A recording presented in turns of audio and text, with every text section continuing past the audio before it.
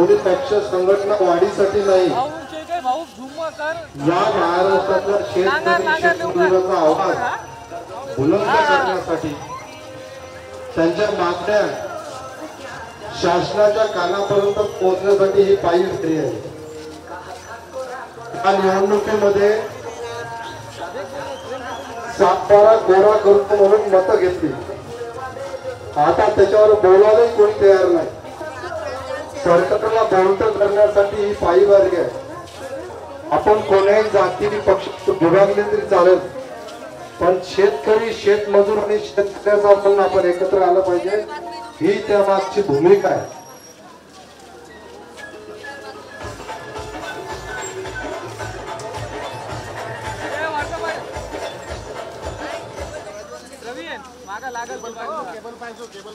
आपल्या सर्वांना विनंती की मी शेतकरी, मी शेतमजूर, मी दिव्यांग, मी मच्छीमार बंधू, मी ग्रामपंचायतचा कर्मचारी, मी मेंढपाळ, मी इतर घटकातला एक घटक म्हणून आपण सोबत आलं पाहिजे, स्वतःला समजलं पाहिजे, यासाठी ही रॅली आहे। ही पायी वारी पुढे संघटनेला संघटित करण्यासाठी नाही, परंतु शेतकरी, शेतमजूर संघटित करण्यासाठी रॅली आहे।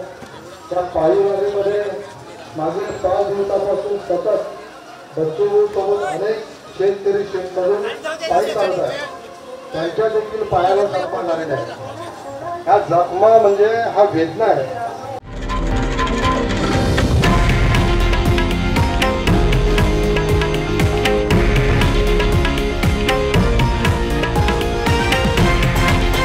हे आहे देशातील नंबर 1 न्यूज नेटवर्क आणि आपण पाहत आहात TV9 मराठी, एकमेव।